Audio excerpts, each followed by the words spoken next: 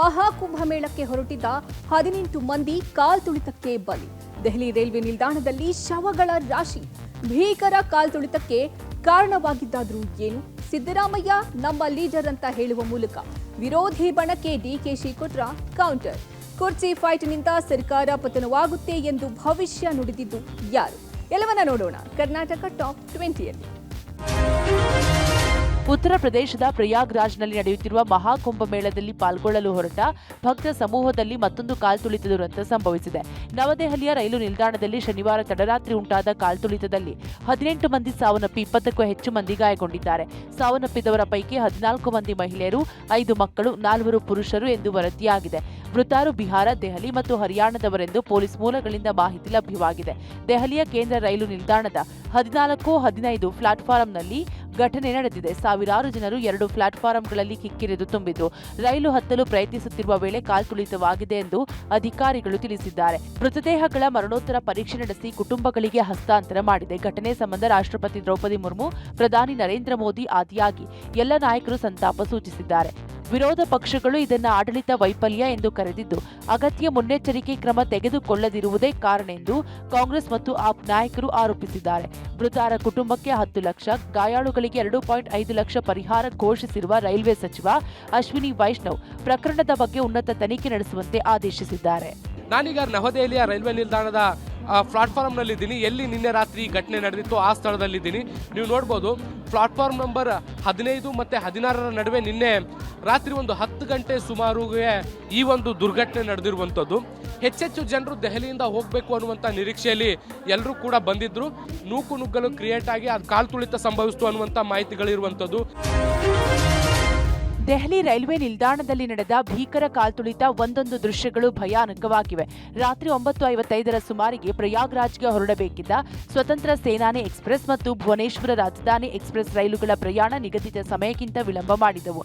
ಈ ರೈಲುಗಳು ಒಂದರ ಹಿಂದೆ ಒಂದು ಪ್ಲಾಟ್ಫಾರಂ ನಂಬರ್ 12ಕ್ಕೆ ಬರಬೇಕಿತ್ತು. ಆದರೆ ಈ 2 ರೈಲುಗಳನ್ನು ಏಕಾಏಕಿ ಪ್ಲಾಟ್ಫಾರಂ ನಂಬರ್ 16ಕ್ಕೆ ಶಿಫ್ಟ್ ಮಾಡಲಾಯಿತು. ಇದರಿಂದ ಪ್ಲಾಟ್ಫಾರಂ 12ರಲ್ಲಿ ಕಾಯುತ್ತಿದ್ದ ಜನರು 16ಕ್ಕೆ ಓಡಲು ಆರಂಭಿಸಿದ್ರು. ಇದೇ ಅವಧಿಯಲ್ಲಿ 16, 13, 14ನೇ ಪ್ಲಾಟ್ಫಾರಂ ಮೇಲೆ ನಿಯಂತ್ರಿಸಲಾಗದಷ್ಟು ಪ್ರಮಾಣದಲ್ಲಿ ಜನರು ತುಂಬಿದ್ರು. ಇನ್ನಷ್ಟು ಭಕ್ತರು ನಿಲ್ದಾಣದೊಳಗೆ ಬರುತ್ತಿರುವಾಗ ಎಸ್ಕಲೇಟರ್ ಬಳಿ ಕಾಲ್ತುಳಿತ ಸಂಭವಿಸಿದೆ. ಈ ವೇಳೆ ಒಬ್ಬರ ಮೇಲೆ ಒಬ್ಬರು ಬಿದ್ದ ಕಾರಣ ಸಾವು ಸಂಭವಿಸಿದೆ. ಇದಲ್ಲದೆ ಪ್ರಯಾಗ್ರಾಜ್ಗೆ 1500ಕ್ಕೂ ಅಧಿಕ ಜನರಲ್ ಟಿಕೆಟ್ ನೀಡಿದ್ದು ಜನದಟ್ಟಣೆ ಹೆಚ್ಚಲು ಕಾರಣ ಎನ್ನಲಾಗಿದೆ. ಜನದಟ್ಟಣೆ ನಿಯಂತ್ರಿಸಲು ಅಗತ್ಯ ರೈಲ್ವೆ ಪೊಲೀಸರು ಸ್ಥಳದಲ್ಲಿ ಇರಲಿಲ್ಲ. ಆರಂಭದಲ್ಲಿ ಏನೂ ಆಗೇ ಇಲ್ಲ ಎನ್ನುತ್ತಿದ್ದ ರೈಲ್ವೆ ಅಧಿಕಾರಿಗಳು ಘಟನೆ ತೀವ್ರ ಸ್ವರೂಪ ಪಡೆದುಕೊಂಡ ಬಳಿಕ ಎಚ್ಚೆತ್ತುಕೊಂಡು ಪರಿಸ್ಥಿತಿ ತಿಳಿಗೊಳಿಸಿ ಮೃತರನ್ನ, ಗಾಯಾಳುಗಳನ್ನ ಆಸ್ಪತ್ರೆಗೆ ದಾಖಲಿಸಿದ್ರು. ನಾನೀಗ LNJP ಆಸ್ಪತ್ರೆಯ ಮುಂಭಾಗದಲ್ಲಿದ್ದೀನಿ. ನಿನ್ನೆ ರಾತ್ರಿ ಒಂದು 10:30ರಿಂದ 11 ಗಂಟೆಯ ಸಂದರ್ಭದಲ್ಲಿ ಕಾಲ್ತುಳಿತ ಸಂಭವಿಸಿತ್ತು ನವದೆಹಲಿ ರೈಲ್ವೆ ನಿಲ್ದಾಣದಲ್ಲಿ. ಇಲ್ಲಿ 18 ಮಂದಿ ಸಾವನ್ನಪ್ಪಿದ್ರು. 9 ಜನ ಮಹಿಳೆಯರು, 5 ಜನ ಮಕ್ಕಳು ಮತ್ತೆ 4 ಜನ ಪುರುಷರು ಈ ಒಂದು ಆಸ್ಪತ್ರೆಯಲ್ಲಿ ನಿನ್ನೆ ಘಟನೆಯಲ್ಲಿ ಸಾವನ್ನಪ್ಪಿದ್ರು. ಅವ್ರನ್ನೆಲ್ಲರನ್ನೂ ಕೂಡ ಇಲ್ಲಿಗೆ ಶಿಫ್ಟ್ ಮಾಡುವಂಥ ಕೆಲಸವನ್ನು ಕೂಡ ಮಾಡಲಾಗಿದೆ. ಸಿಎಂ ಸಿದ್ದರಾಮಯ್ಯ ಪರ ಬ್ಯಾಟಿಂಗ್ ಮಾಡುವ ಮೂಲಕ ಕಾಂಗ್ರೆಸ್ನಲ್ಲಿನ ಬಣ ಬಡಿದಾಟಕ್ಕೆ ಡಿಸಿಎಂ ಡಿಕೆ ಶಿವಕುಮಾರ್ ಬ್ರೇಕ್ ಹಾಕೋಕೆ ಮುಂದಾದ್ರ ಅನ್ನೋ ಪ್ರಶ್ನೆ ಉದ್ಭವಿಸಿದೆ. ಸಚಿವರಾದ ಸತೀಶ್ ಜಾರಕಿಹೊಳಿ, ಪರಮೇಶ್ವರ್, ರಾಜಣ್ಣ ಸೇರಿದಂತೆ ಹಲವರು ಸಿದ್ದರಾಮಯ್ಯ ನಮ್ಮ ಲೀಡರ್ ಅನ್ನೋ ಹೇಳಿಕೆಗಳನ್ನ ಕೊಡ್ತಾ ಇದ್ರು. ಇದಕ್ಕೆ ತಿರುಗೇಟು ಕೊಟ್ಟಿರುವ ಡಿಕೆಶಿ, ಸಿದ್ದರಾಮಯ್ಯ ನಮ್ಮ ನಾಯಕರು, ಎಲ್ಲಾ ಚುನಾವಣೆಗಳಿಗೂ ಅವರು ಬೇಕು ಅಂತ ಹೇಳುವ ಮೂಲಕ ಅಚ್ಚರಿ ಮೂಡಿಸಿದ್ರು. ಸಿದ್ದರಾಮಯ್ಯ ಅವರಿಗೆ ಕಾಂಗ್ರೆಸ್ 2 ಬಾರಿ ಸಿಎಂ ಆಗುವ ಅವಕಾಶ ಕೊಟ್ಟಿದೆ. ದಿನ ಬೆಳಗಾದ್ರೆ ಅವರ ಹೆಸರು ದುರುಪಯೋಗ ಮಾಡೋದು ಬೇಡ. ಸ್ಥಳೀಯ ಚುನಾವಣೆಯಿಂದ ಹಿಡಿದು ಲೋಕಸಭೆ ಚುನಾವಣೆವರೆಗೂ ಸಿಎಂ ಸಿದ್ದರಾಮಯ್ಯ ಬೇಕು. 2ನೇ ಬಾರಿಗೆ ಸಿಎಂ ಆಗಿ ಒಳ್ಳೆ ಕೆಲಸ ಮಾಡ್ತಾ ಇದ್ದಾರೆ. ನಮ್ಮಲ್ಲಿ ಯಾವ ಗೊಂದಲ ಇಲ್ಲ. ಪಕ್ಷದ ಹೈಕಮಾಂಡ್ ಎಲ್ಲವನ್ನ ಗಮನಿಸ್ತಾ ಇದೆ ಅಂತ ಡಿಕೆಶಿ ಹೇಳಿದ್ದಾರೆ. ಇನ್ನು ವೈಟ್ ಟಾಪಿಂಗ್ ವೀಕ್ಷಣೆ ವೇಳೆ ಅಭಿಮಾನಿಗಳು ಡಿಕೆಶಿ ಮುಂದಿನ ಮುಖ್ಯಮಂತ್ರಿ ಅಂತ ಘೋಷಣೆ ಕೂಗಿದ್ದಾರೆ. ಸಿದ್ದರಾಮಯ್ಯನವರು ನಮ್ಮ ಮುಖ್ಯಮಂತ್ರಿಗಳು, ಈಸ್ ಅವರ್ ಲೀಡರ್, ಎಲ್ಲ ಚುನಾವಣೆಗೂ ಬೇಕು. ಕಾಂಗ್ರೆಸ್ ಪಾರ್ಟಿ ಅವ್ರಿಗೆ 2 ಬಾರಿ ಮುಖ್ಯಮಂತ್ರಿ ಕೊಟ್ಟಿದೆ. ಅವ್ರಿಗೆ ದಿನ ಬೆಳಗ್ಗೆ ಸಾಯಂಕಾಲ ಅವ್ರ ಸುದ್ದಿ ಎತ್ಕೊಂಡು ಅವ್ರ ಹೆಸರನ್ನ ದುರ್ಬಳಕೆ ಮಾಡ್ಕೊಳ್ಳೋದು ಯಾರು ಅವಶ್ಯಕತೆನೂ ಇಲ್ಲ. ಈಸ್ ಅವರ್ ಲೀಡರ್, ಒಳ್ಳೆ ಕೆಲಸ ಮಾಡ್ತಾ ಇದ್ದಾರೆ. ಯಾವ ಗೊಂದಲನೂ ಇಲ್ಲ, ಏನಿಲ್ಲ. ಕಾಂಗ್ರೆಸ್ ಪಾರ್ಟಿ ಪ್ರತಿದಿನ ಗಮನಿಸ್ತಾ ಇದೆ. ಆಂತರಿಕ ಕಚ್ಚಾಟದಿಂದ ಕಾಂಗ್ರೆಸ್ ಸರ್ಕಾರ ಪತನವಾಗಲಿದೆ ಅಂತ ಮಾಜಿ ಸಿಎಂ ಜಗದೀಶ್ ಶೆಟ್ಟರ್ ಭವಿಷ್ಯ ನುಡಿದಿದ್ದಾರೆ. ಕಾಂಗ್ರೆಸ್ ಸರ್ಕಾರ ಅಸ್ತಿತ್ವಕ್ಕೆ ಬಂದಾಗಲೇ ಸಿಎಂ ಆಯ್ಕೆಯ ಗೊಂದಲ ಸೃಷ್ಟಿಯಾಗಿತ್ತು. ಈ ವಿಚಾರದಲ್ಲಿ ಆರಂಭದಲ್ಲೇ ಒಂದು ಒಪ್ಪಂದ ಆಗಿದೆ ಎಂಬ ಮಾತಿದೆ. ಸಹಜವಾಗಿ ಈಗ ಸಿಎಂ ಸ್ಥಾನಕ್ಕೆ ಒಳಗಡೆ ಫೈಟ್ ನಡೀತಾ ಇದೆ. ಇದೇ ಕಾರಣದಿಂದ ಕಾಂಗ್ರೆಸ್ ಸರ್ಕಾರ ಪತನ ಆಗಲಿದೆ ಅಂತ ಶೆಟ್ಟರ್ ಹೇಳಿದ್ದಾರೆ. ಕಾಂಗ್ರೆಸ್ನಲ್ಲಿ ಡಿಕೆಶಿ ಮತ್ತು ಸಿದ್ದರಾಮಯ್ಯ ತಂತ್ರ ಪ್ರತಿತಂತ್ರ ಮಾಡ್ತಾ ಇದ್ದಾರೆ. ಬಹಳ ದಿನ ಈ ಸರ್ಕಾರ ಮುಂದುವರಿಯೋದಿಲ್ಲ.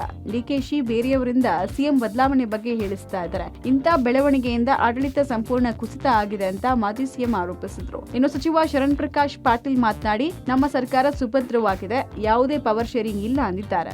ಕಾಂಗ್ರೆಸ್ ಒಳಗೆ ಸಿಎಂ ಬದಲಾವಣೆ ಬಗ್ಗೆ ಇನ್ ಫೈಟಿಂಗ್ ನಡೀತಾ ಇದೆ. ಯಾಕಂದ್ರೆ ಅವರು ಅಧಿಕಾರಕ್ಕೆ ಬರುವುದು ಮುಖ್ಯಮಂತ್ರಿ ಯಾರಾಗಬೇಕು ಅನ್ನುವಂಥದ್ದು ಒಂದು 15 ದಿವಸವರೆಗೆ ಡಿಸ್ಕಷನ್ ಇತ್ತು. ಅವಾಗ ಬಿಗಿನಿಂಗ್ ಆ ಸಂದರ್ಭದಲ್ಲಿ ಏನೋ ಒಂದು ಅಗ್ರಿಮೆಂಟ್ ಆಗಿದೆ ಅನ್ನುವಂಥದ್ದು ಅವತ್ತು ಎಲ್ಲ ಕಡೆನೂ ಮಾತಾಡ್ತಿದ್ರು. ಅವರೊಂದು ಅರ್ಧ ಪೀರಿಯಡ್ ಇವ್ರೊಂದು ಅರ್ಧ ಪೀರಿಯಡ್ ಅಂತೇಳಿ. ನಮ್ಮ ಸರ್ಕಾರದಲ್ಲಿ ಯಾವುದು ಗೊಂದಲ ಇಲ್ಲ. ನಮ್ಮ ಸರ್ಕಾರ ಸುರಳಿತವಾಗಿ ನಡೀತಾ ಇದೆ. ಯಾರು ಇದ್ರ ಬಗ್ಗೆ ರಿಯಾಕ್ಟ್ ಮಾಡಬಾರ್ದು ಅಂತಕ್ಕಂಥದ್ದು ನಿರ್ಣಯ ಆಗಿದೆ. ಹಾಗಾಗಿ ಯಾರು ಇದ್ರ ಬಗ್ಗೆ ರಿಯಾಕ್ಟ್ ಮಾಡಕ್ ಹೋಗೋದಿಲ್ಲ. ನಮ್ಮ ಸರ್ಕಾರ ಸ್ಥಿರ ಸರ್ಕಾರ, ನಾವೆಲ್ಲ ಒಟ್ಟಾಗಿದ್ದೀವಿ. ಆಮೇಲೆ ಜನಪರವಾಗಿ ಕೆಲಸ ಮಾಡ್ತೀವಿ. ಮೈಸೂರಿನ ಉದಯಗಿರಿ ಗಲಭೆ ಕುರಿತು ಎಂಎಲ್ಸಿ ಬಿಕೆ ಹರಿಪ್ರಸಾದ್ ಪ್ರತಿಕ್ರಿಯಿಸಿದ್ದು, ಇದು ಬಿಜೆಪಿ ಆರ್ಎಸ್ಎಸ್ ಕೃಪಪೋಷಿತ ಕೃತ್ಯ ಎಂದು ಆರೋಪಿಸಿದ್ದಾರೆ. ರಾಜ್ಯದಲ್ಲಿ ಶಾಂತಿ ಕದಡಲು ಬಹಳ ಪ್ರಯತ್ನ ಮಾಡ್ತಿದ್ದಾರೆ. ಯಾರೇ ಆಗಲಿ ಧರ್ಮ, ಜಾತಿ, ಭಾಷೆ ಹೆಸರಲ್ಲಿ ಶಾಂತಿ ಕದಡಿದ್ರೆ ಕಾನೂನಿನ ಮೂಲಕ ಕಠಿಣ ಕ್ರಮ ತೆಗೆದುಕೊಳ್ಳಬೇಕು. ಸಂಘ ಪರಿವಾರದವರು ಕೆಲವು ಕಡೆ ಬುರ್ಕಾ ಹಾಕೊಂಡು ಗಲಾಟೆ ಮಾಡೋದಕ್ಕೆ ಹೋಗ್ತಾರೆ ಎಂದು ಹರಿಪ್ರಸಾದ್ ಆರೋಪಿಸಿದ್ದಾರೆ. ಸಿಎಂ ಬದಲಾವಣೆ ಕುರಿತು ಎಂಎಲ್ಸಿ ಬಿಕೆ ಹರಿಪ್ರಸಾದ್ ಮಾತನಾಡಿದ್ದು, ಕಾಂಗ್ರೆಸ್ ಸರ್ಕಾರ ಬಂದಾಗಿನಿಂದ ಸಿಎಂ ಬದಲಾವಣೆ ಕುರಿತು ಚರ್ಚೆ ಆಗ್ತಿದೆ. ಕಲಬುರಗಿಯಲ್ಲೇ ಎಐಸಿಸಿ ಅಧ್ಯಕ್ಷ ಮಲ್ಲಿಕಾರ್ಜುನ್ ಖರ್ಗೆ ಇರ್ತಾರೆ. ಈ ಬಗ್ಗೆ ಅವರನ್ನೇ ಕೇಳಿ ಅಂತ ಹೇಳಿದ್ರು.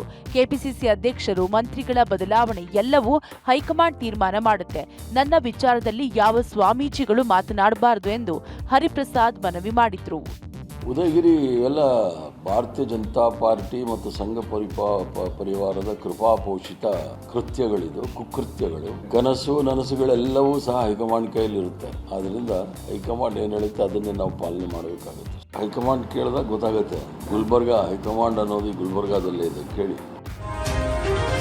ಮಾಜಿ ಪ್ರಧಾನಿ ಎಚ್.ಡಿ. ದೇವೇಗೌಡರು ಬಿಜೆಪಿ ಮತ್ತು ನರೇಂದ್ರ ಮೋದಿಯವರ ಚಿಯರ್ ಲೀಡರ್ ತರ ವರ್ತಿಸ್ತಾ ಇದ್ದಾರೆ ಅಂತ ಸಿಎಂ ಸಿದ್ದರಾಮಯ್ಯ ವ್ಯಂಗ್ಯವಾಡಿದ್ದಾರೆ.